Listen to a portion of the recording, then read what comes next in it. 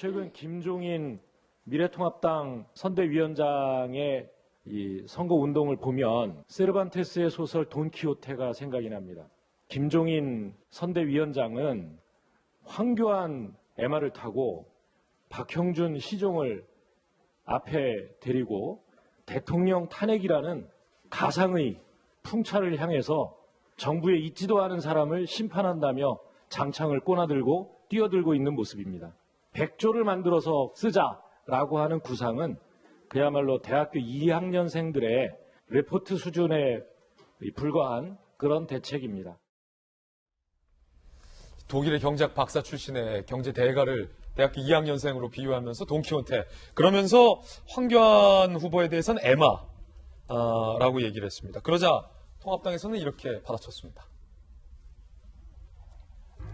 2020년 지금 김종인 위원장이 돈키호테고 황교안 대표가 에마고 박형준 교수가 희종이라면 2016년 지난 선거를 그러면은 문재인은 에마였고 윤호중은 희종이냐라고 받아친 거예요. 자기 성찰력도 없고 문화인격도 없는 비유의 실수만 나올 뿐이다 라고 바로 받아쳤네요. 대변인 변호사님. 일단은 황교안 대표가 의문의 일패를 당한 예. 졸지에 말이 돼버렸잖아요. 예.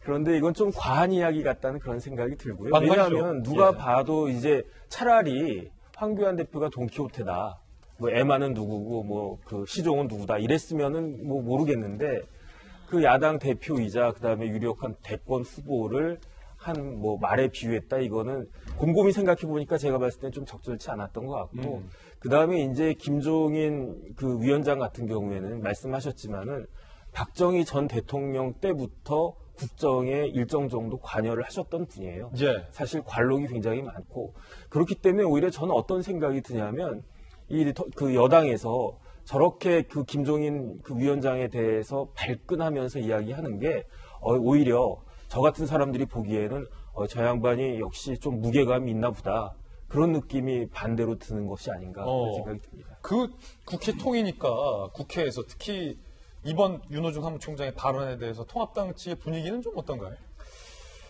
지금 뭐 이민선 대변인이 얘기했듯이 완전히 실소를 금치 못하고 반사해버리고 끝난 거죠. 네. 예. 근데 참 이게 정치 지금 선거 막판에 가장 큰 선거에 영향을 끼치는 것은 자살골과 막말이에요. 그리고 지금 여당 야당 가릴 거 없이 지금 비유를 하잖아요.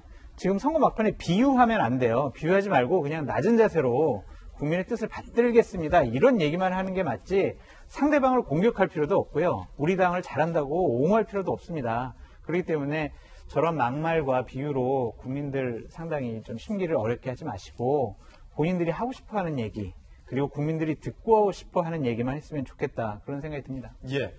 김종인 선대위원장의 존재에 대해서 민주당이 뭐 발끈했다라는 아까 말씀 주셨는데요.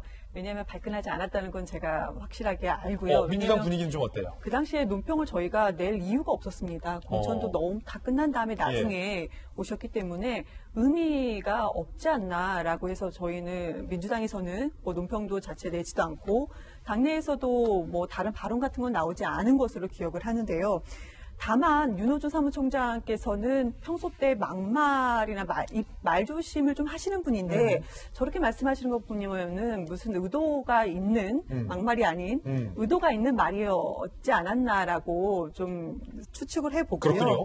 그리고 물론 맞죠. 지금 말씀해 주신 것처럼 선거 마지막 판에는 국민의 뜻을 받들겠다라고 하는 게 맞습니다.